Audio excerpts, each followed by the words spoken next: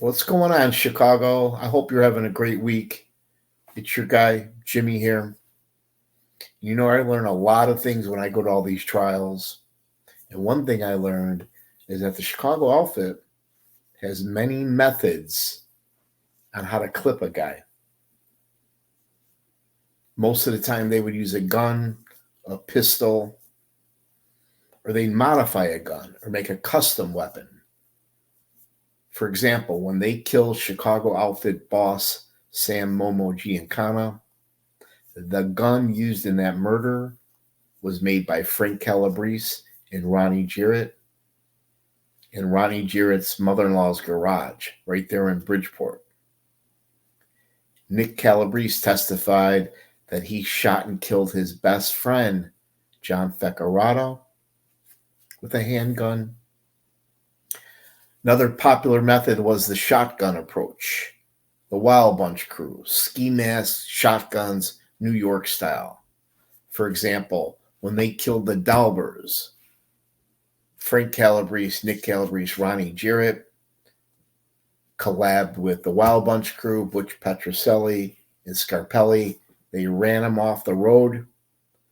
Butchie got out along with Scarpelli with shotguns, and they shotgun blasted that prick Dalber and his no good wife. They were like Bonnie and Clyde. Or he had poor Danny Seifert. This guy was warned many times to back down. He refused. The hit team, along with two masked gunmen, walked into his office in Bensonville. One of them held Mrs. Seifert and her son at gunpoint, while the other masked gunman, Frankie Schweiss, cracked Danny Seifert in the head with the butt of the gun.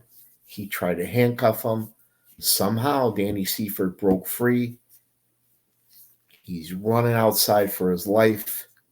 He's met by Tony Spilatro and Joey Hansen, and he was blasted with a shotgun. Or you got Dick Kane right there in the vicinity of Grand and May, across from Barry Foods, across from the best bakery in Chicago, Diamato's Bakery, kitty corner from the old social club, Mikey Switek, Joey Lombardo's club. You had Rosie's Snack Shop, owned by Kozo. Two masked gunmen walked in. They announced a stick-up. They lined everybody up against the wall. They walked up to Dick Kane, who was a government informant, and blew his head off with a shotgun. Very violent, very messy. Another method was just a simple beatdown, like Michael Spilatro and his brother Tony Spilatro. When they walked into that house in Bensonville and walked down those stairs into the basement, Michael was greeted with a smile and a handshake from Nick. Nick immediately tackled him by grabbing and holding his ankles, while Louis the Mooch strangled Michael with a 28 with a rope. Michael went quickly, didn't put up much of a fight, and a small 22 gun fell out of his pants. No-Nose picked up the gun, unloaded it, and then wiped a smudge of blood off the wall. You guys have heard this before, some of you. And then Tony Spilatro asked to say a prayer. That prayer was denied, and he was brutally beat and stomped with fists and feet from some of the Chicago outfit's heavyweights. When they showed the autopsy report, Tony's face from head to chest was black, purple, and blue. You could not even recognize him. Another method of killing was the Frank Calabrese necktie. The Calabrese crew, the 26th Street crew, their MO, they would lure a guy to a place, surprise him, jump him, sometimes torture him, but usually strangle him with a rope. However, Frank Calabrese's hands are so fucking big, he doesn't need a rope. And then after Frankie or the guys would strangle the victim, Frank would slit the guy's throat from ear to ear, giving him the Calabrese necktie. Now, some of these guys would really get the business and get tortured before they were killed, like some of the burglars that robbed Tony Accardo's house. Now, some of these guys, when they had a tail on them, were hard to kill for various reasons. So they would also use pineapples, dynamite, explosives, homemade bombs. And that's what we're going to talk about today. Some of the evidence and some of the trials I went to, the crews actually used homemade bombs and grenades to either send a message or kill their victim. Let's go back. The Chicago outfit actually started using explosives going way back to the 1970s through the mid-2000s. And keep in mind, the Chicago outfit, this is no slouch. You had World War II veterans like Rocky and Felice, Sam Volpenhein, Korean combat veterans like my dad or Jimmy James Turk Torello, or Vietnam combat veterans. These guys were soldiers, tough kids to begin with. They were trained on explosives by the United States government, in the Marine Corps, in the Army. They come back to their hometown and train their friends and guys in their crew. And some of these guys became masters in explosives.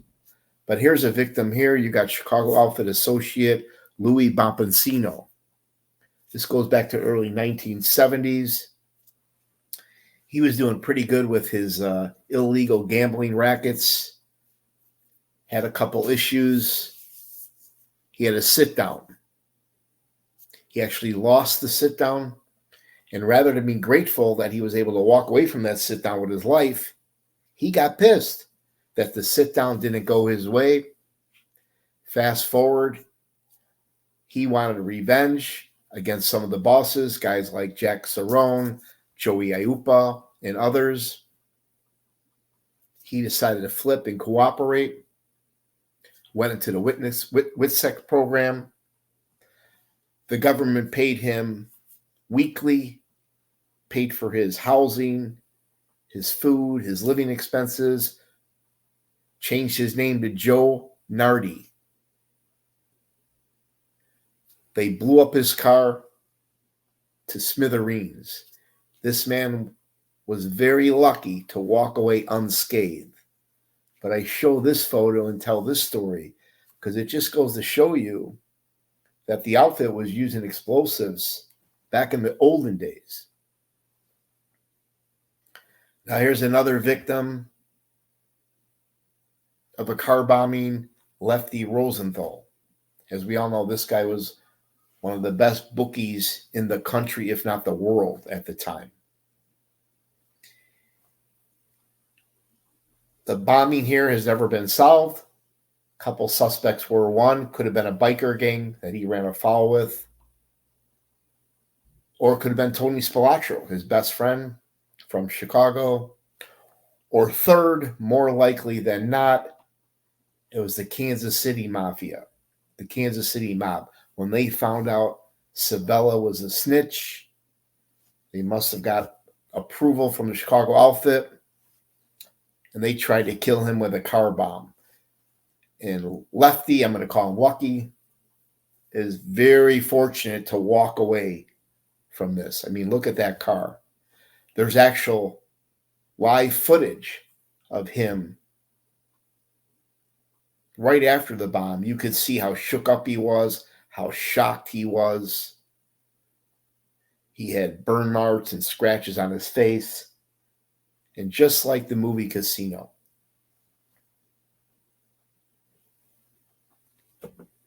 Now I'm going to switch gears a little. We're going to talk about one of the five families in New York, the largest family in New York. You got the Gambino family. Back in the late 1980s, Frankie DeCicco, John Gotti, and Sammy the Bull betrayed their boss, Big Paul. They killed him and Tommy Bilotti right in front of Sparks Steakhouse a steakhouse I've been to several times. I highly recommend it. But this bomb was actually meant for John Gotti. One of the guys resembled Gotti.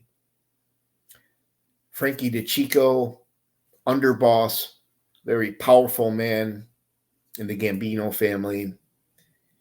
The DeCiccos are like royalty in the mafia. Being the good guy that Frankie was, he went out to this car to get a business card of a lawyer to give to a friend who needed it. The car blew up, and you had his friends and people from the neighborhood and the social club that actually not only heard the bomb and felt it, but they saw Frankie DeCicco's body parts splashed all over the sidewalk, along with the destruction of the car. Sammy Gravano and Mikey scars are still haunted by that explosion that day. But this is a tactic that the fucking Zips use. In Italy, this is also the work of Chin. Chin was the boss of the Genovese family, the odd guy, odd father, if you will. And he really couldn't get to John Gotti because John Gotti was always under surveillance by the feds. And Gotti, everywhere he went, he had an army of his guys around him. So Gotti was kind of hard to get to.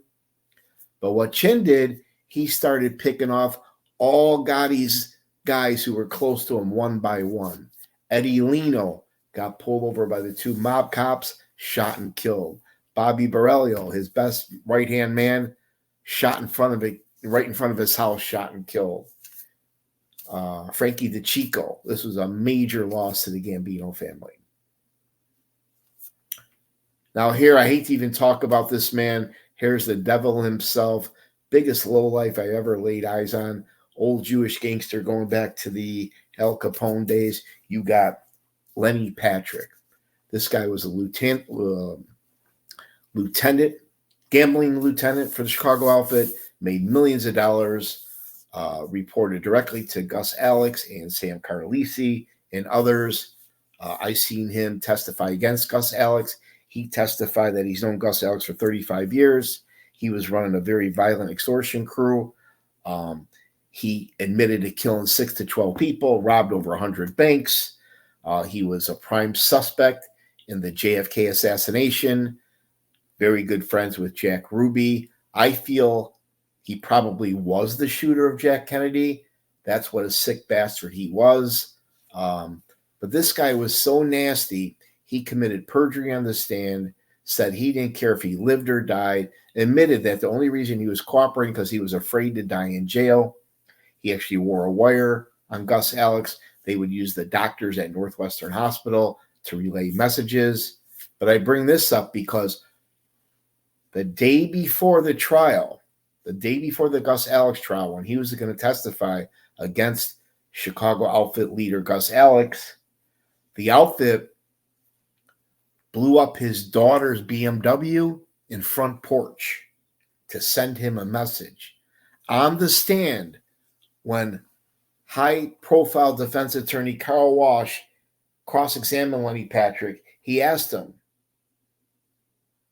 how did you feel when they blew up your daughter's BMW in front porch? He kind of laughed and said that he could care less about his own daughter. What the mob guys didn't know is this piece of shit has not seen or talked to his daughter in over 22 years. He had no relationship with his own blood daughter. That's what kind of man this guy was. Now, the alleged guys that orchestrated the bomb were Jimmy Marcelo, who was never charged or convicted, Marco D'Amico, who was never charged or convicted, or Mario Renown. Those are the three prime suspects when they blew up Lenny Patrick's daughter's car in front porch. Now here we got one of my favorite Chicago outfit guys, Sam Wings Carlisi. When Iupa went away, it was Carlisi that took over. This man used to spend his time in Chicago, also down in Florida. And according to the government's case and Lenny Patrick and James Lavelli during the Sam Carlisi trial, He wanted certain theaters to start paying up, and the ones that weren't paying, he ordered them to be firebombed. He gave the job to Lenny Patrick, and Lenny Patrick subbed it out to his vicious extortion crew that consisted of James Lavelli, another government informant, rat, snitch, Nick Gio, who's in prison today, and Mario Renown. Those were the guys where on Carlisi's wish were going around firebombing theaters. Also, here's one here. The Lake Theater is a very popular theater I used to go to when I was a little kid in Oak Park. During the Sam Carlisi trial, James Lavelli testified that Mario Renown, him, and Nick Gio firebombed this theater to send a message, as well as the Jury Theater in Oak Brook and a few other theaters. I'll never forget early 1990s. I was cruising down Taylor Street like I always do, Taylor and May, not too far from the club, and I saw the aftermath of a car bombing. It was Sinise, I'm forgetting his first name, Chicago outfit associate. It was a white sports car, and I found out many, many months later that Sam Carlisi ordered that car bombing.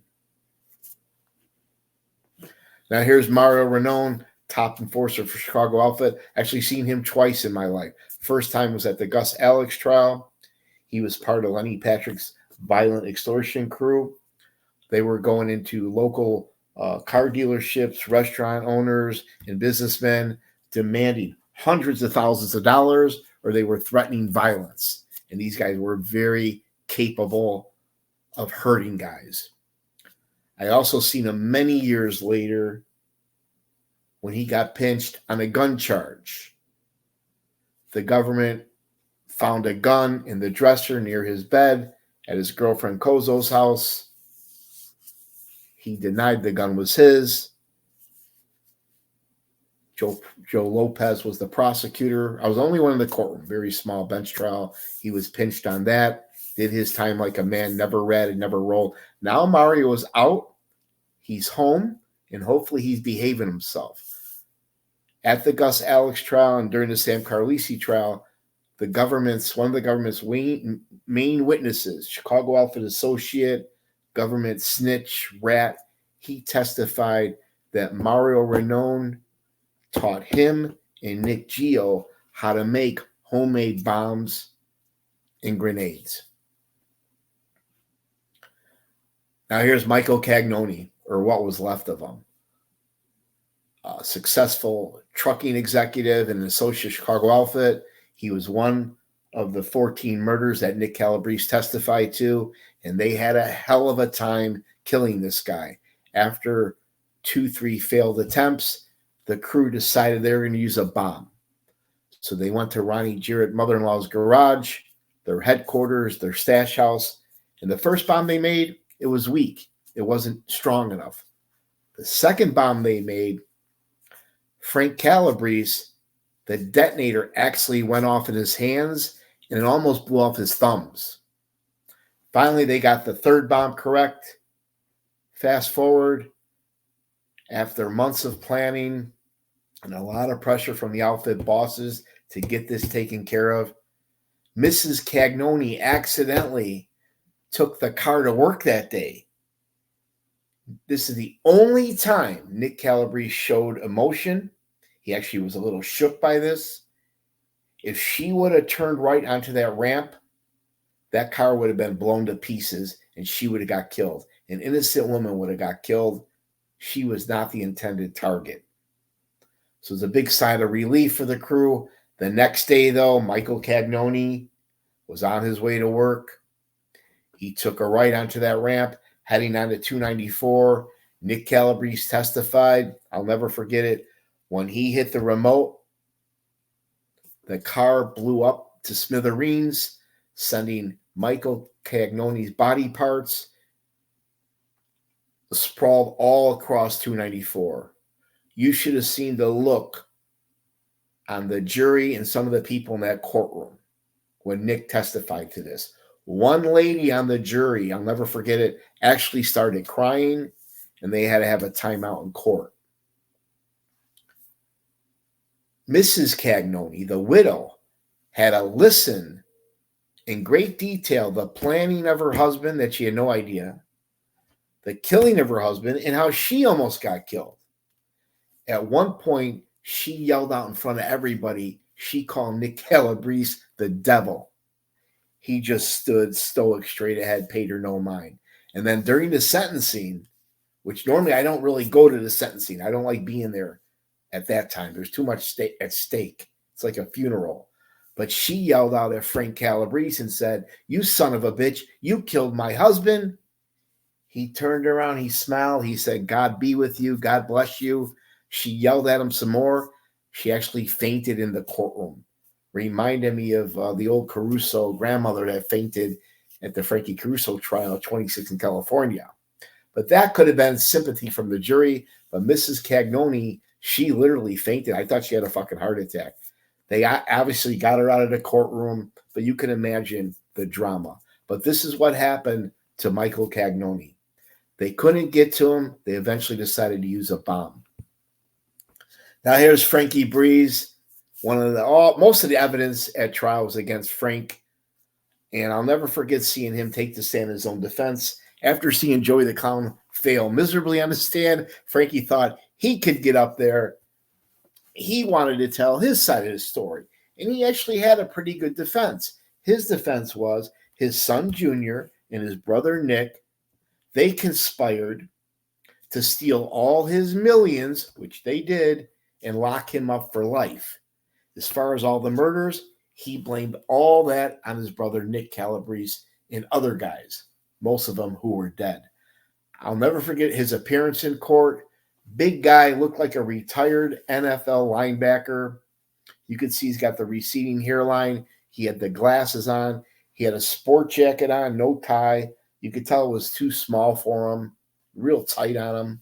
And at the end of the court every day, I'll never forget it, he would take his lawyer Joe Lopez's laptop and wrap up the cord. And I remember seeing him do that, wrapping this cord over these massive hands. And 2 hours earlier, I heard how he would strangle a guy. For the most part, Frankie was on his best behavior. He would be eating candy, M&Ms, lemon heads. He would be laughing, making jokes, talking to his lawyer.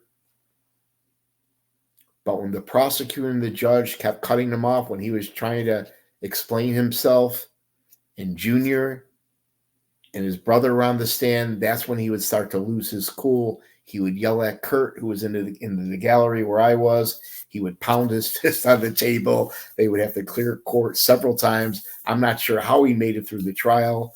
Imagine your son or your brother testifying against you. Lopez told me he had a hell of a time controlling Frank Calabrese, but he told me the hatch during the Sam Carlisi trial was worse than Frankie Calabrese.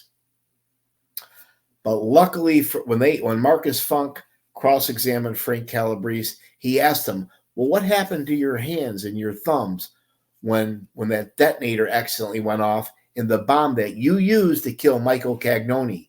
Frank Calabrese denied killing Michael Cagnoni. He laughed out loud. He says, "Why would I kill that man? I was making millions of dollars."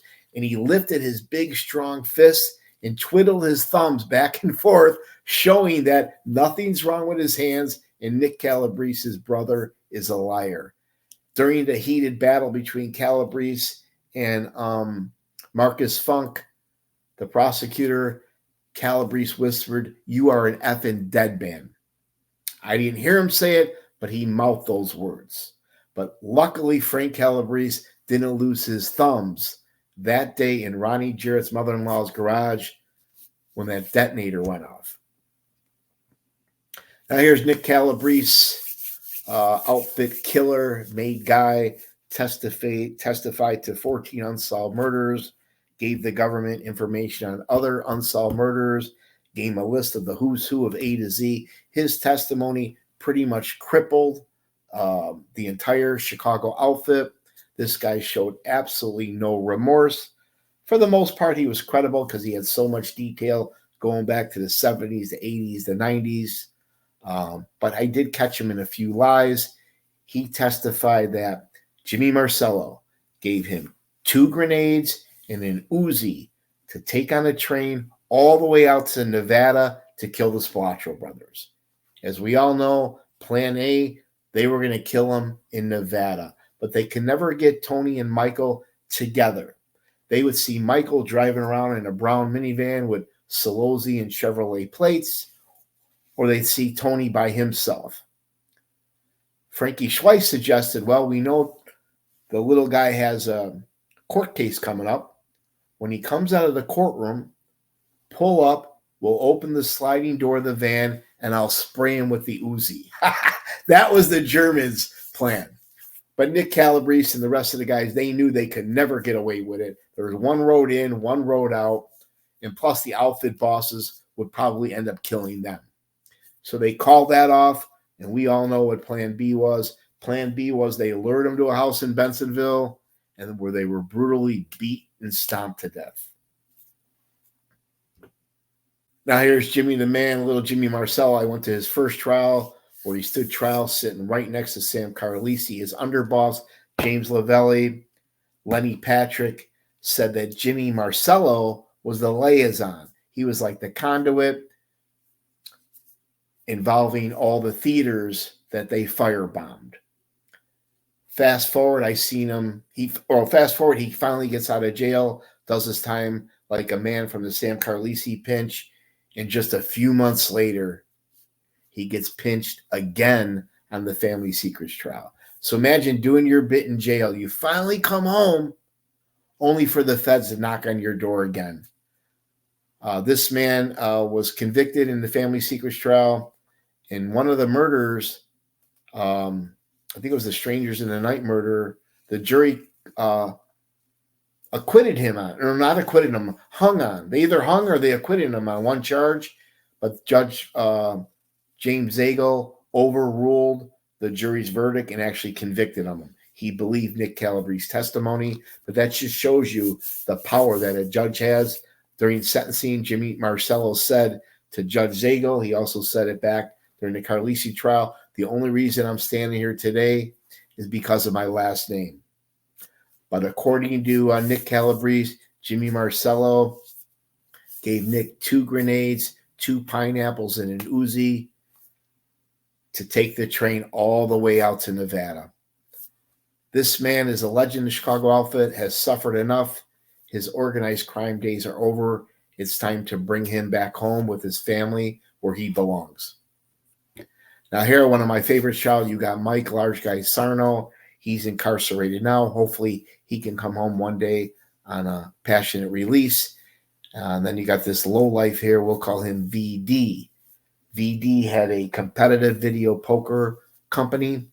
He was warned many times to back down and get his machines out of certain restaurants, certain bars. He wouldn't. He would not listen. One time, Large sent Mark Polchman and another high-ranking outlaw motorcycle gang member, real nasty guy, into VD's business where they trashed the whole place biker style. VD still would not back down. Finally, him and Large went face-to-face in the neighborhood.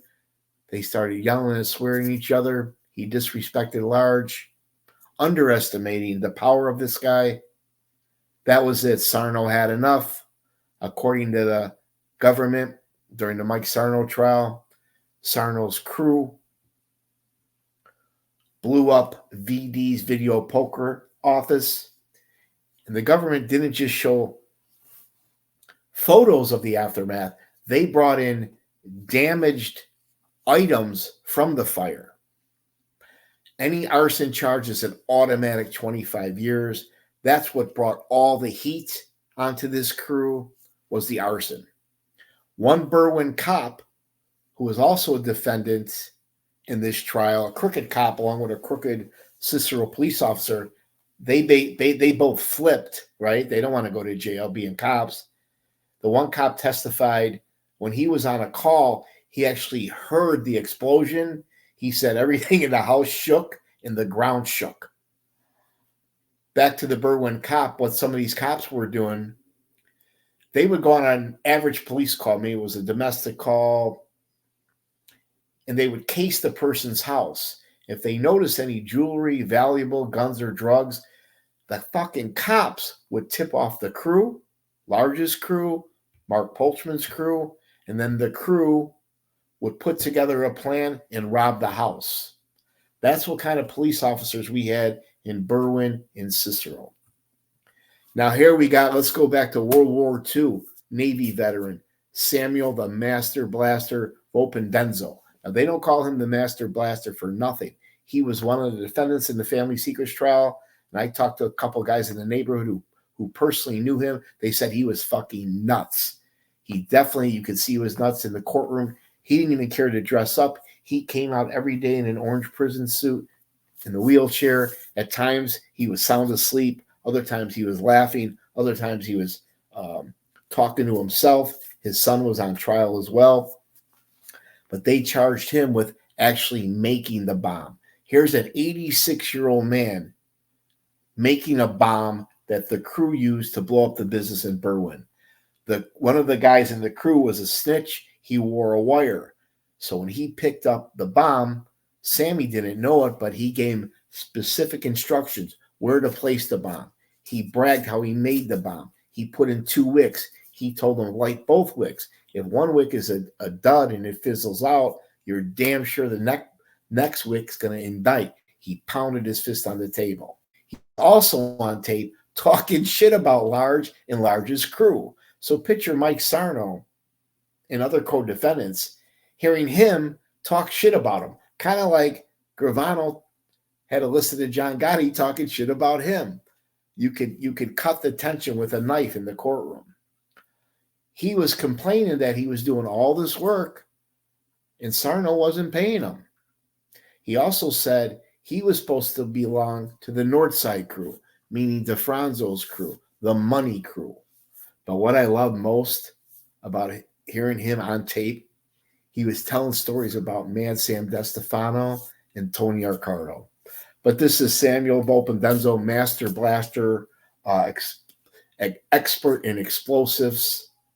And it was his own words that got him caught, and that was automatic 25 years. He was the one that made the bomb, and that's the bomb that was used to blow up the Berwyn Video Poker Company. Going back to the Sarno trial, one of the main defendants, and most of the evidence was against this guy, was high-ranking outlaw motorcycle gang member Mark Polchman. If you saw this guy in court, you would think he was a lawyer. Doesn't look like an outlaw motorcycle guy, but he is. This guy was a master thief and one of the best safe crackers in the country. He owned Goldberg Jewelers, which was like a hangout, a stash house where they would fleece all their stolen goods right there on Goldberg, right there on Roosevelt and Cicero. You could drive by there today. He was on tape saying he's not worried about any cops or any feds because he's not doing nothing wrong. He's not involved in guns. He's not involved in drugs. But what he did not know is they were investigating his crew, the sophisticated burglary crew, and then when they committed the arson, when they bombed the place in Berwyn, then the investigation really started.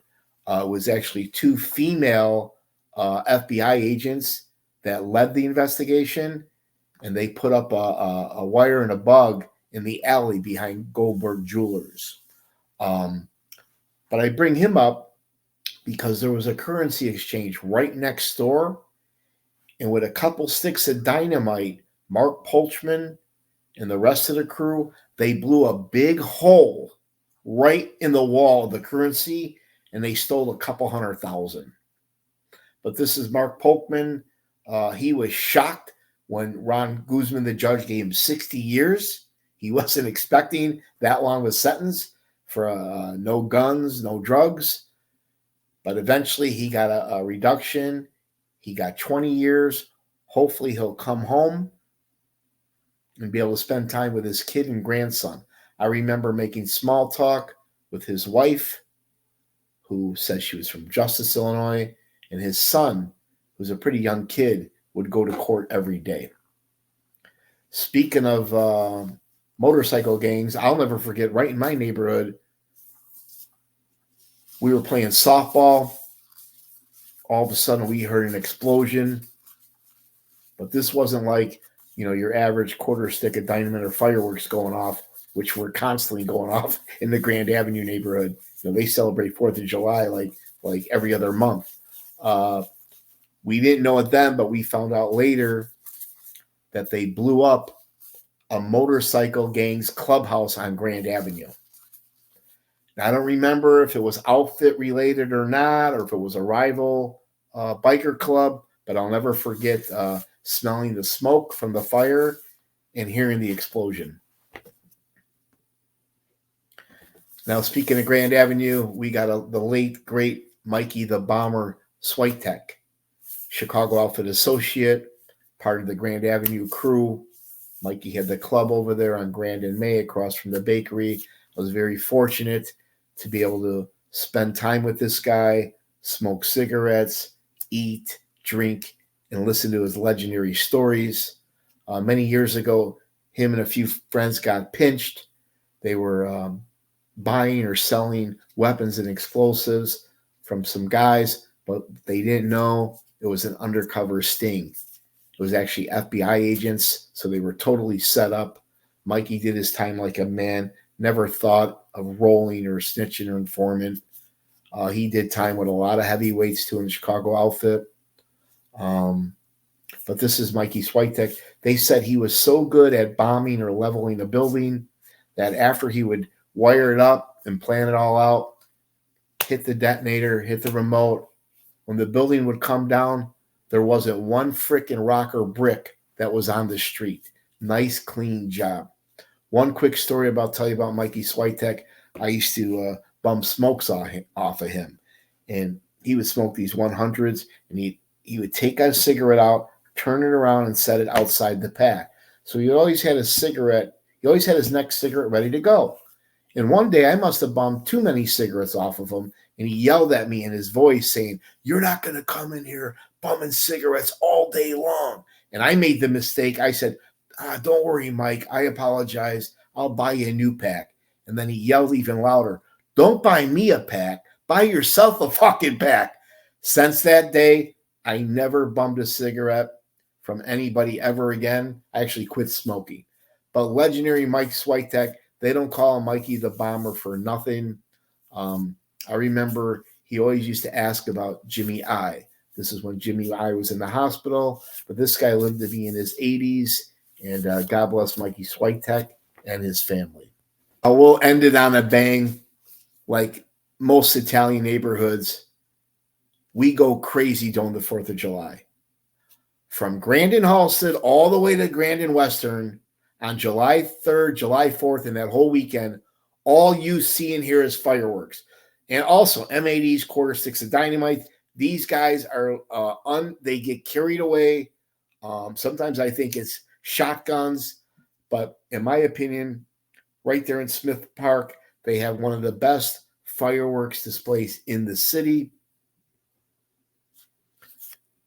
That's my story for today. Explosives, grenades, a very unique way, a very vicious way that the outfit would use anytime they had to whack a guy or clip somebody. Everybody have a safe weekend. We got St. Patrick's Day coming up.